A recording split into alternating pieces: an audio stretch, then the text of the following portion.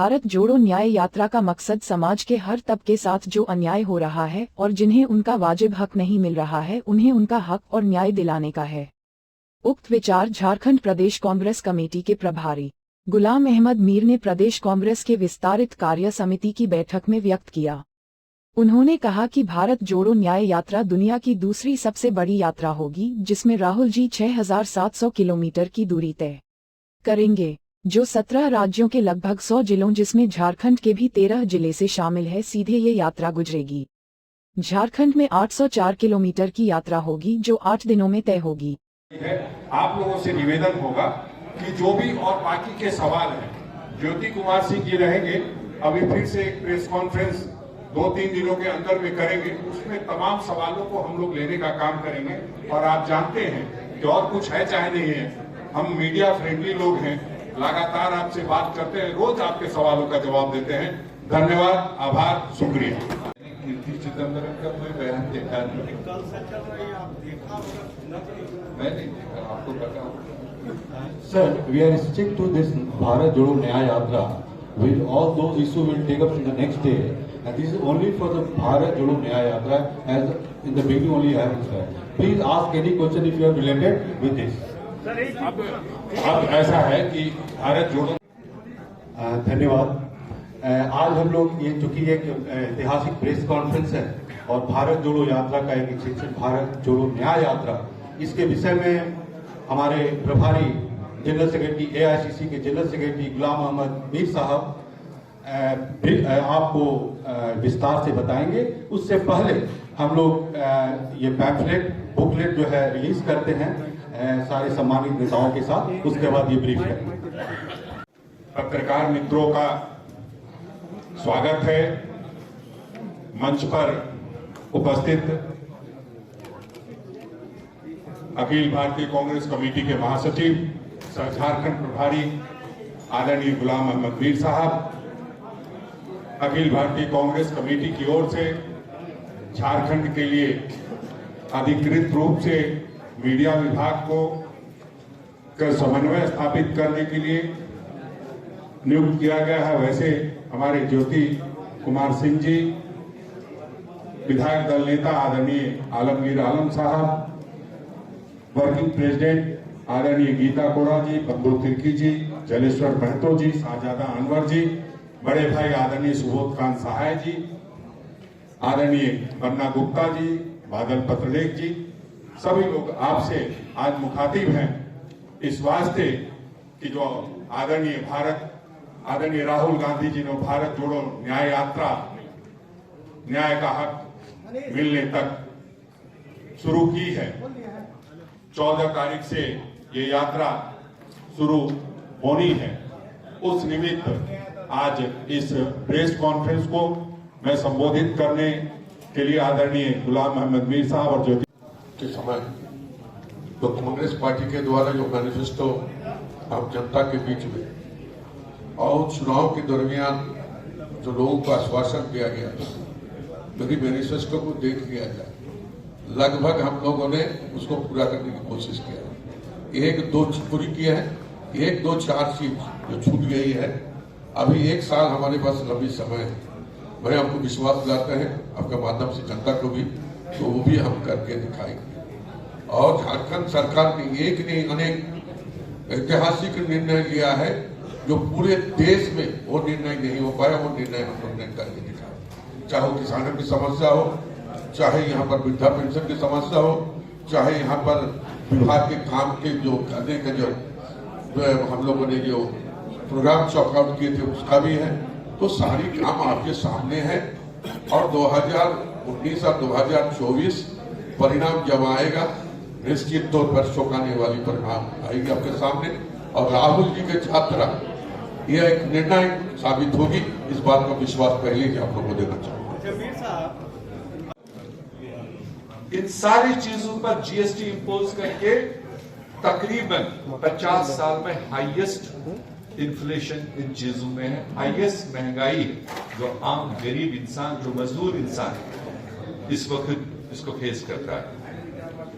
Agriculture farmers का मैंने जिक्र किया, 3 कानून पास करके 1 साल तक कितने सारे शहीद उसमें हुए उस आंदोलन में, और उसके बाद भी अभी उनकी वो डिमांड पूरी नहीं की गई।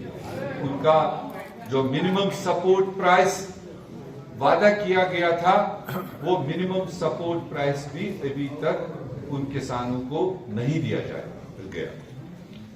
इसी तरह से आपने देखा लगातार डिस्क्रिमिनेशन हमारे schedule caste, schedule tribe, OBC और अदर माइनॉरिटीज के साथ, गरीब लोगों के साथ जो उनके हुकूक हैं उनको तोड़ फोड़ किया जा रहा है।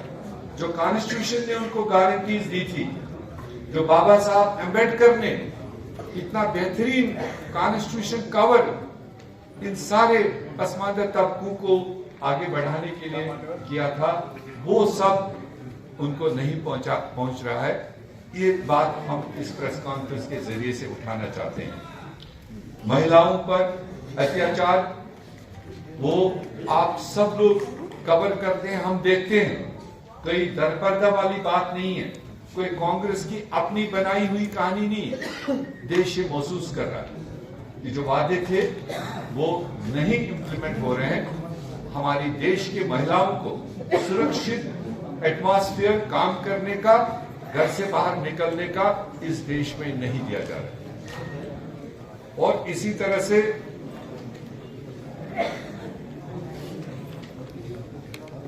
गरीबी, एक तरफ गरीब गरीबी से नीचे चला जा रहा है और एक तरफ देश में 1% पूंजीपति, जो बड़े उद्योगपति, वो भारत के 40% संपत्ति पर इस वक्त कब्जा किए बैठे। 1% आबादी जिसमें बड़े बड़े इंडस्ट्रियलिस्ट हैं, जिनका नाम आप बेहतर जानते हो, 40% संपत्ति पर वो कब्जा किए और बाकी आबादी, मतलब अपने आप सोच लो कि उनको क्या मिल रहा है।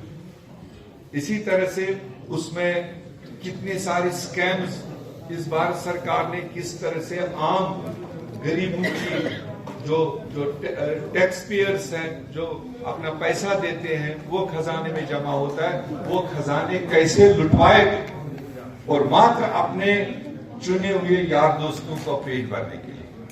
ये हम लगातार कांग्रेस पार्टी ये सवाल उठा रही है कि लाखों करोड़ रुपए आप बैंकों से उनको माफ कर रहे हैं, और एक गरीब आदमी अगर उसको 1 लाख रुपए 2 लाख रुपए का ऋण होता है, तो हमने भारत में किसी भी प्रदेश में नहीं देखा कि किसी गरीब को इस तरह की सुविधा मिलती। वो अगर है तो लिमिटेड उनके चाहने वाले लोगों के लिए। इसी तरह से जैसे मैंने लोकतंत्र की हत्या बताई, आप देश में देखो, चाहे वो लेजिस्लेटिव असेंबलीज हो, चाहे वो पार्लियामेंट हो, और जो देश के चुने हुए नुमाइंदे होते हैं वो देश की आवाज होते हैं, खासकर अपोजिशन। और किस तरह से तोड़ फोड़ इस सारे सिस्टम में सरकारें बदलने का, सरकारें तोड़ने का, रात रात को एजेंसीज का इस्तेमाल करके, थ्रेटन करके, और सरकारें बदली, असेंबलीज को नहीं चलने दिया, और अब फाइनली पार्लियामेंट जो हमारा सबसे मतलब आखिरी और सबसे बड़ा इंस्टीट्यूशन है, उस पर अब हमला ये सरकार बोल रही है, उसको भी हम यहां पर आपको मेंशन करना चाहते हैं। आपने उसी में देखा कि देश के नौजवानों की सबसे बड़ी उम्मीद, जो खासकर फॉर फ्लंग एरिया से और गरीब फैमिली से होते थे, जबरदस्त मेहनत मशक्कत करके अपने आप को फौज में, पैरामिलिट्री फोर्सेस में जाकर के अपना रोजगार कमाते थे और देश की सुरक्षा में एक अहम भूमिका वो परिवार, वो नौजवान करते थे। और वो अग्निवीर स्कीम सीधे एक मजाक है हमारे देश के नौजवानों के लिए कि 4 साल के लिए आप आओ और 4 साल के बाद घर जाओ, ना आप उधर के रहे ना आप इधर के रहे। वो भी एक बहुत बड़ा धोखा हमारे देश के नौजवानों के साथ में।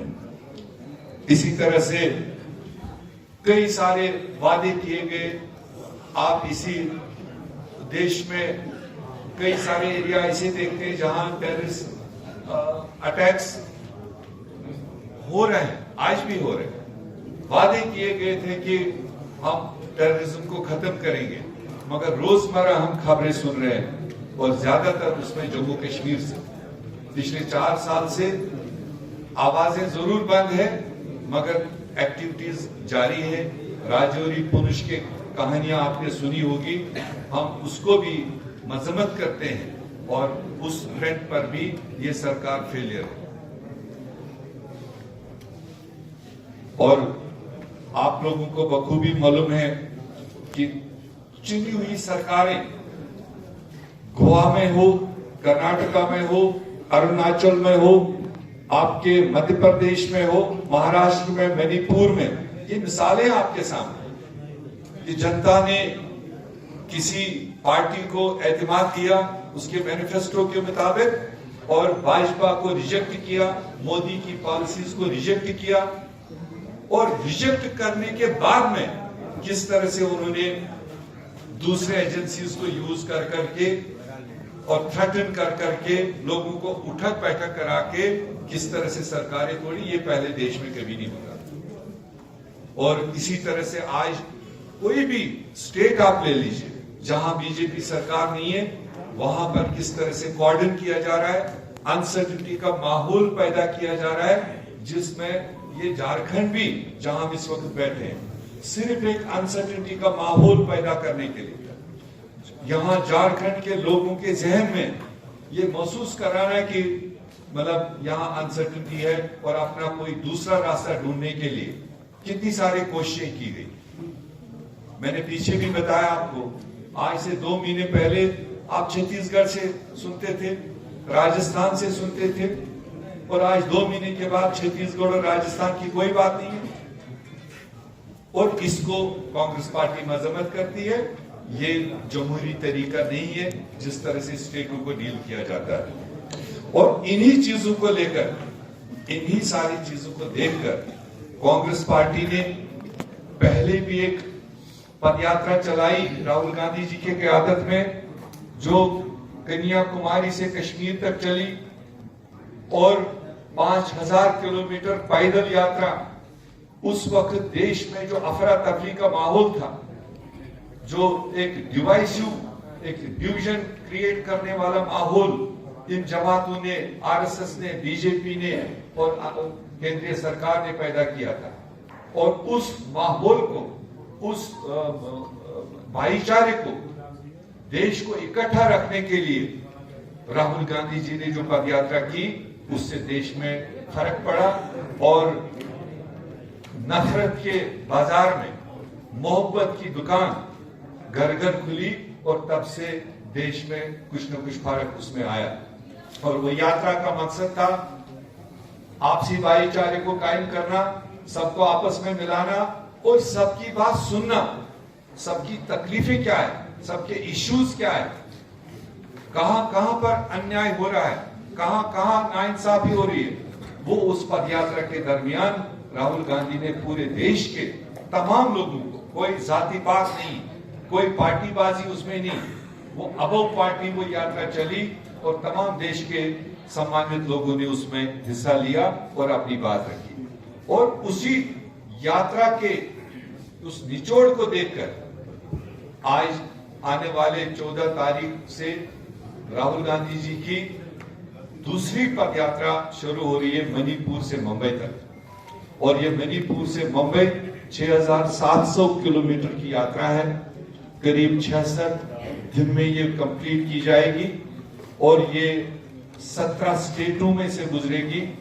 100 से ज्यादा जिले इसमें कवर होंगे और उस यात्रा का मकसद, इस पार्ट 2 की यात्रा का क्लियर कट मकसद, जो अन्याय जो लोगों ने, आम जनता ने राहुल जी को सुनाया, आज हमारी प्रेस कॉन्फ्रेंस एक सुपरस्टिक सब्जेक्ट के लिए, जो भी सवाल आएगा अगर इससे रिलेटेड आएगा, हम सारे लोग तैयार बैठे हैं यहाँ जवाब। सर ठीक है साहब, न्याय यात्रा कर रहे हैं, न्याय दिलाने के लिए गुजरात के आपने झारखंड में कितना कुछ किया है, झारखंड में जिस चीज के लिए आप जिस सब्जेक्ट के लिए न्याय यात्रा कर रहे हैं, झारखंड में क्या फुलफिल हुआ है रोजगार के क्षेत्र में? और जो सुरक्षा और कानून व्यवस्था की बात आती है, उस व्यवस्था पर आप कहाँ देख पाएंगे? देखिए, हम तो मुल्की सत्ता के प्रोग्राम को लेकर यहाँ आपके सामने ला रहे हैं पूरे देश पर, जो स्पेसिफिक झारखंड के लिए है। साल में सबसे हाईएस्ट अनएम्प्लॉयमेंट परसेंटेज इस वक्त हमारे नौजवानों का, ये सबसे बड़ा सवाल है। और उसी तरह से आप महंगाई को जब आप देखते हैं, पेट्रोल, डीजल, एलपीजी, सीएनजी, आटा, दाल, चावल, खाने का तेल, दूध, ये कभी भी सरकारों ने उसको जीएसटी के अंदर कभी नहीं लाया, और जिससे कि इस वक्त आम इंसान को, जैसे मैंने कहा, अपना दिनचर्या चला ली। मुझे जहां तक फीडबैक मिला, बहुत अच्छा काम किया है, इसमें रोजगार का भी काम हुआ। और अगर कोई रिजल्ट तो निकला, अगर कोई कमी होगी, अभी 1 साल हमारे पास है और ऑलरेडी कोलिशन बैठ रही है, कुछ और इकदाम उठा रही है। आने वाले कुछ दिनों में आपका बजट भी पेश होगा और नए बजट में नए प्रावधान भी किए जा रहे हैं, नई चीजें भी दी जा रही है, क्योंकि सरकार चलती का नाम, कुछ चीजें हुई हमारी नजर में आ रही है, उसका समाधान निकाला जा रहा है। आने वाले असेंबली सेशन के बाद बजट सेशन में आगे सर, क्योंकि पिछले 2019 के लोकसभा चुनाव में, तो अब इसको कैसे आप जवाब दे पाएंगे? ये आलमगीर साहब आपको इस बात का नेतागण और मीडिया से आए हुए हमारे साथी, आप सबका खुशामदीद इस इम्पोर्टेंट प्रेस कॉन्फ्रेंस में ये कवर करने के लिए आपका धन्यवाद। आप सब जानते हैं कि आज देश में पिछले 10 साल से एक सरकार जो बनी है, वो किस तरह से हमारे देश में जो गरीब लोग हैं, नौजवान लोग हैं, युवा हैं, किसान हैं, व्यापारी हैं, जिनके लिए सरकार, जिनकी उत्थान के लिए सरकारें बनाई जाती है। हमारी जमहूरियत का तकाजा यही रहा, हमारा कॉन्स्टिट्यूशन यही हमको फरमान देता है कि एक इलेक्टेड सरकार इन सारे दबे कुचले लोगों के लिए काम करे और उनकी बेहतरी के लिए। ये हमारे भारत में आज तक की परंपरा थी, मगर इन 10 सालों में देखा कि ये जितने भी दबे कुचले प्रायोरिटी एरियाज हैं जिनका मैंने मेंशन किया, और सबसे ज्यादा अन्याय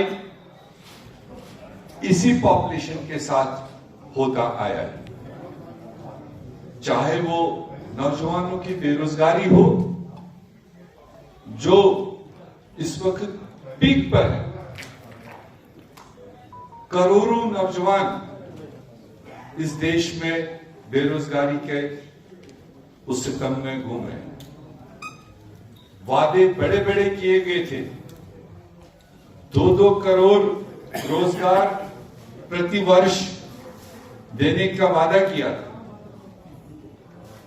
और आज अगर हम देश में देखें तो हमारे पढ़े लिखे नौजवान, कम पढ़े लिखे नौजवान दर दर के ठोकरे खा रहे हैं। और इसी तरह से अगर आप महंगाई का देखें, बड़े स्लोगन दिए गए थे कि महंगाई को कम किया जाएगा और उसको लेकर देश को गुमराह किया गया था।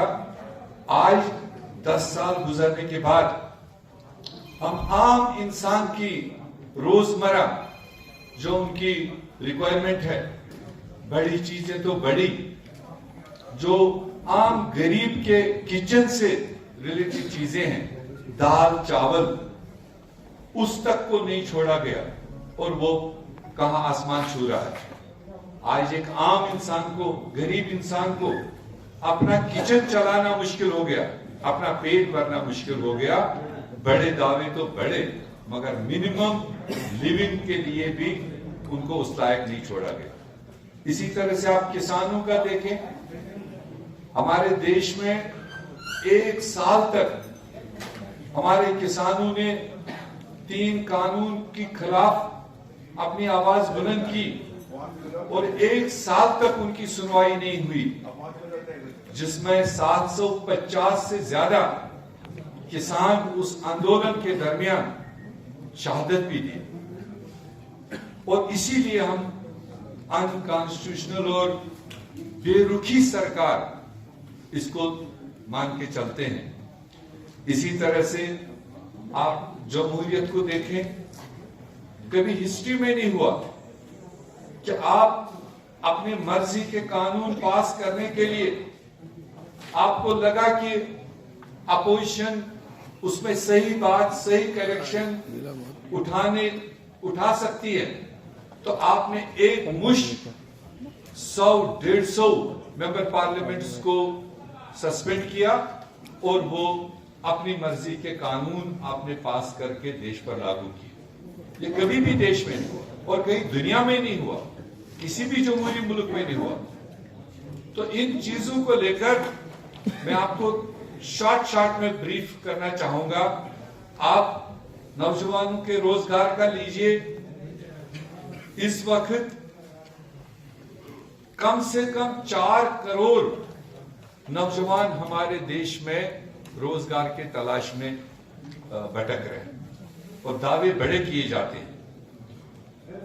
लड़ने के लिए, उनको हक दिलाने के लिए, उनको इंसाफ दिलाने के लिए ये दूसरे फेज की पदयात्रा जो 14 तारीख को शुरू होगी, चाहे वो नौजवानों के साथ अन्याय, चाहे वो हमारे पसमानदा गरीब लोगों के साथ अन्याय, चाहे वो SC, ST, OBC के साथ अन्याय, चाहे वो माइनॉरिटीज के साथ अन्याय, और चाहे गरीब तबका, गरीब लोग किसी तबके के साथ हो जिनकी कोई सुनवाई नहीं, जिनके साथ अन्याय हो रहा है, और उनको न्याय दिलाने के लिए ये जंग, ये यात्रा राहुल गांधी जी की क़यादत में 14 तारीख को मणिपुर से शुरू हो रहा है।